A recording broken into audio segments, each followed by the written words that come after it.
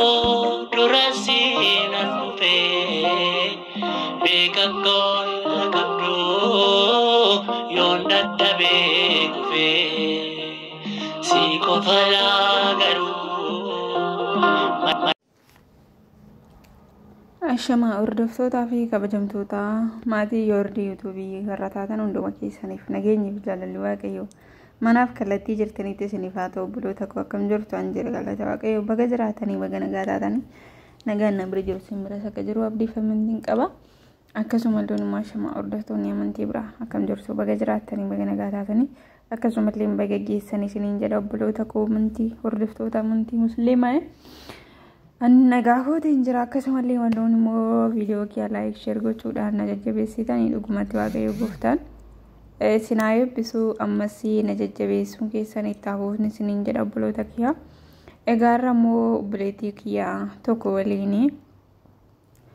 kabajamtuu fi jaalatamtuu obboleettii koo Walatta Haannaa kan taate Walatta Maariyaam kan taate waliin nutis beeknee osoo hin ta'in barakatiidhaaf jechuudha. Gaaffii deebii goonee obboleettii koo waliin gaaffii deebii taasisnee turre kallattumaadhaan gara gaaffii keenyatti isin dabarsaa haga dhumaattiin waliin turaan immoo affeerra keenya. Obboleettii koo Walatta Maariyaam kanneen armaan gadii keessaa waan ija foonii arganii beekumsa ofiitiin qoratanii bira gahuu kan hin dandeenye ni ta'a ni raawwatama jedhanii fudhachuun kan ibsamu kamidha. Gaaf aan amanummaa baan amanuu caan saayinsii daan amantii irra sii deebi'a. Kanneen armaan gadii keessaa waan ija fooniin argan beekumsa ofiitiin qoratanii bira ga'uun hin dandeenye ni ta'a ni raawwata jedhanii fudhachuun kan ibsamu kamidha. Aan amanummaa baan amanuu caa saayinsii daan amantii. Ameen obboleettii teenya aanna walitti aannaa gaaffii na gaafatteef deebiinsaa baa amanuu. Dhugumatti obboleettii koo Walatta Maariyaam gaaffii gaafatamte argattee jirta. Waaqayyo gooftaan sagalee bara jireenya isaa dhageessisu deebiin isaa baa amanuu kan jedhudha. Kanneen armaan gadii keessaa gaaffii koo lammaffaa kanneen armaan gadii keessaa qorannoo mana kiristaanaa keenyaa kan ta'u kami? Gaaffii irraan deebi'aa. Kanneen armaan gadii keessaa qannoona mana kiristaanaa keenyaa kan ta'u kami? A. Iccitii utubaa amantaa shanan. B. Namas waaqas ta'uu Kiristoos. C. Baay'ina luboota qeddaasee qaddasanii. D. Hunduu deebii. Dhuguma dhugaatti obboleettii teenya gaaffii na gaafatteef deebiin isaa caa. Dhugumatti obboleettii koo Walatta Maariyaam gaaffii gaafatamte deebii deebisteerta. Waaqayyo gooftaan bara tajaajila keetii siif haa dheeressu. Deebiin isaa baay'ina luboota qeddaasee qaddasaniiti. Deebiin isaa caadhaa argattee jirta. Gaaffii koo sadaffaan qulqulloonni abbootii keenya bara seera laphee waaqayyoof amanamanii jiraachaa kan turan akkamitti? Gaaffii irraan deebi'a. Qulqulloonni abbootiin keenya bara seera laphee waaqayyoof amanamanii jiraachaa kan turan akkamitti? Aan wangeela dubbisuun. Baan seera oriitii dubbisuun. Caan waan tokko osoo hin dubbisin laphuma isaaniitiin. Daan ergaawwan Phaawulos dubbisuun. Ameen obboleettii teenya dhuguma dhugaatti waaqayyo sagalee jireenyaa si'a dhageessisu deebiinsaa caa.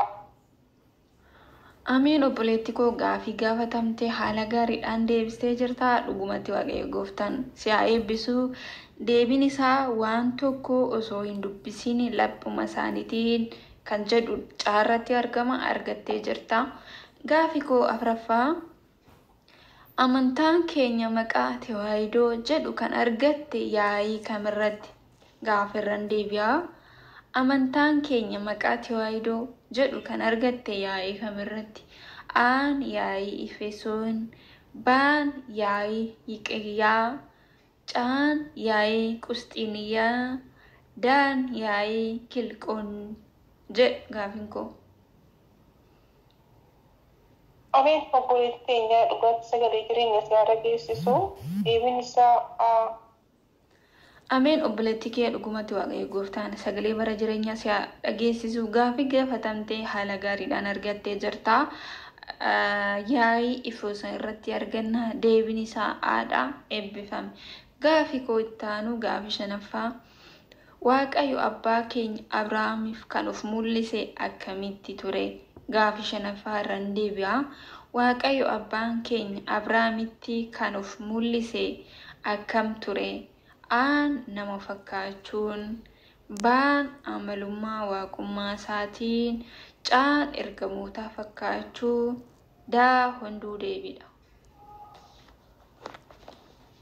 dhugumatti Waaqayyo sagalee jireenya isaa dhageessisu deebiin isaa nama fakkaachuu. Dhugumatti obboleettii koo Walacha Maariyaam gaafii gaafatamtee haala gaariidhaan argattee jirta. Waaqayyo Gooftaan sagalee bara jireenya isaa dhageessisu deebiin isaa nama fakkaachuudhaan eebbifame. Gaafii koo itti aanu gaafii ja'affaa. Kanneen armaan gadii keessaa doogama mana kiristaanaa kan ta'u kami? Gaafii koo ja'affaa irraan deebi'a. Kanneen armaan gadii keessaa doogama mana kiristaanaa kan ta'u kami? Aan sa'aatii qiddaasee, baa jechoota wangeelaa 6, caan cuuphaa dhiiraa guyyaa 40tti, daan deebii hin qabu. Ameen obboleettii keenya dhugaatti sagalee jireenya isaa dhageessisu deebiin baa. Ameen obboleettii koo Walacha Maariyaam dhugumatti gaafii gaafatamtee haala gaariidhaan naaf deebistee jirta. Eebbifame. Deebiin isaa ba'aa jechoota wangeelaa 6. Gaafii koo itti aanu aduu fi duumessi osoo walitti hin bu'in yeroo isaanii eeganii bahanii galan hanga bara dhumaatti jiraatu. Kanarraa maal barachuu dandeenya? Aan jiraachuu Waaqayyoo, baan uumamni ufuma isaanii walii galuu isaanii, caan aduu fi addeessi aangoo qabachuu isaanii, daan deebii hin qabu. Deebiin Obboleettii koo Walacha Maariyaam dhugumatti gaafii gaafatamtee haala gaariidhaan naaf deebistee eebbifamii. Deebiin isaa Waaqayyoon jiraachuu kan jedhudha. Gaafii koo itti aanu gaafii koo 8ffaa. Faarfattuu caaltuun gaabbii cubbuu akka balleessitu ni amanti. Erga gaabbii galtee gaabbii galuun ishii kun maal jedhama? Gaafii koo irraan deebi'a. Gaafii 8ffaa. Faarfattuu caaltuun gaabbii cubbuu akka balleessitu ni amanti. Erga kana gaabbii galte gaabbii galuun ishii kun maal jedhama? Aan amantii, baan amanuu, caan amanummaa, daan kiristaanummaa. Ameen obboleettii keenya dhugaatti Waaqayyo sagalee isaa dhageessisu deebiin caa amanummaa. Dhugumatti Walacha Maariyaam gaafii gaafatamtee haala gaariidhaan naaf deebistee jirta. Waaqayyoon sagalee bara jireenyaa isaa dhageessisu deebiin isaa caa amanummaa. Gaafii koo itti aanu gaafii 9ffaa.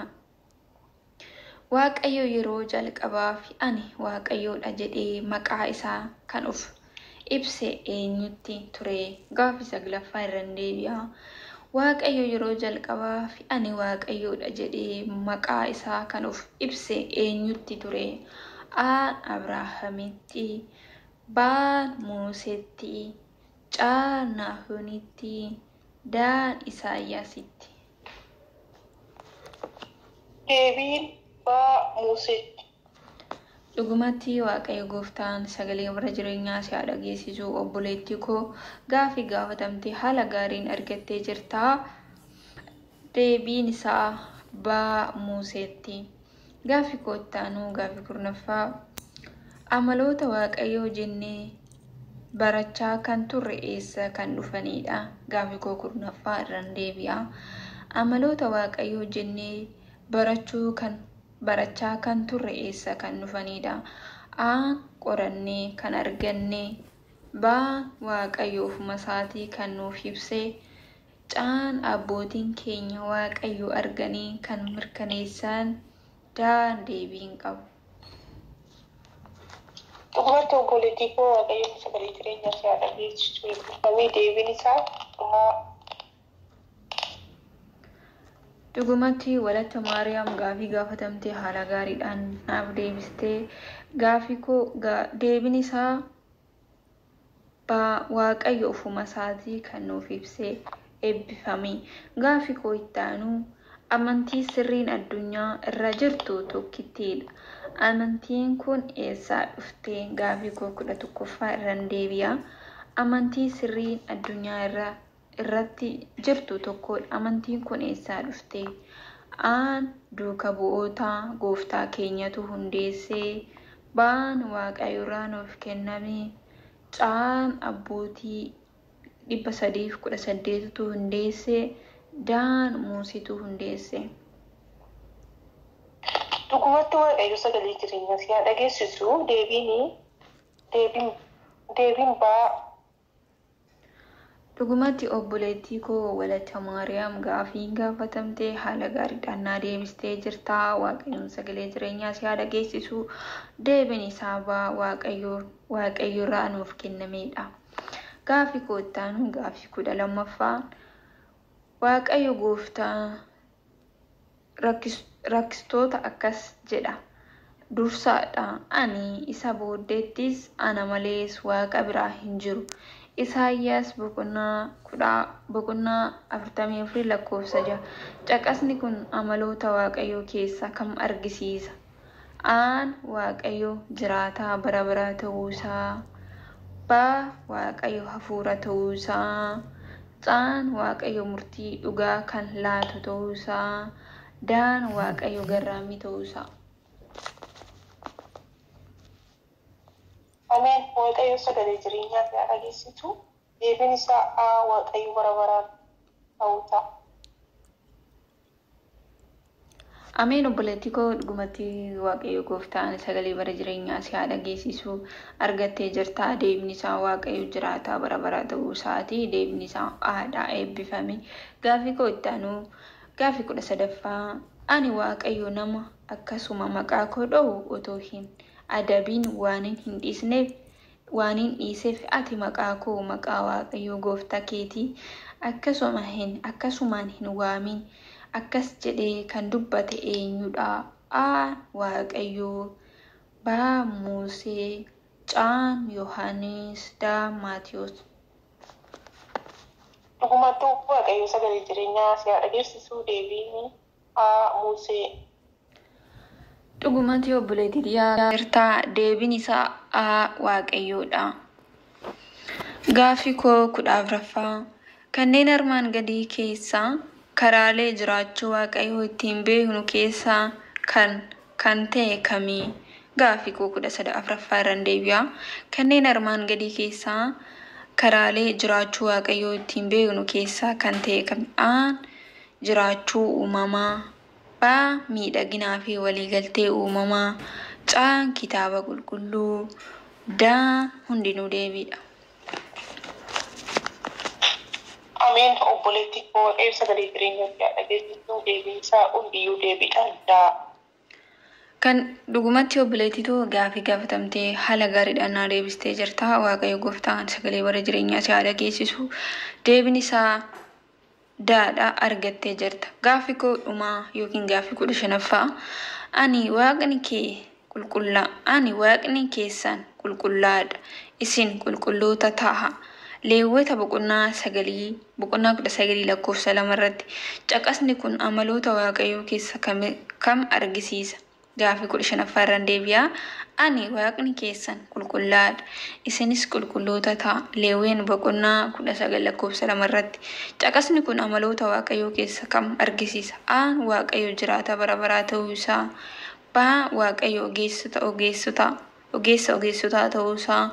Caa waaqayyo qulqulluu ta'uusaa, daan waaqayyo bakka hundatti kan jiraatu ta'uusaa. Ameen obboleettii koo waaqayyo sagalee jireenya si haa dhageessisu deebiin caa waaqayyo qulqulluu ta'uusaa. Ameen obboleettii too walata Maariyaam dhugumatti waaqayyo gooftaan sagalee bara jireenyaa si haa dhageessisu. Gaafii gaafatamte hundasaa haala gaariidhaan naa deebistee jirta obboleetti kiyya. Dhugumatti eebbifamee viidiyoon keenya irraa kana fakkaataa. Warroonni haga dhumaatiin wajjin turtanii galatoomaayi. Like share gochuu keessaniin dagatinaan isiniin jedhu obboloota koo isiniin kabajaa isiniin jaaladha. Durasiin asufee beekakkoon qabdu yoon dadhabee kufee si qofa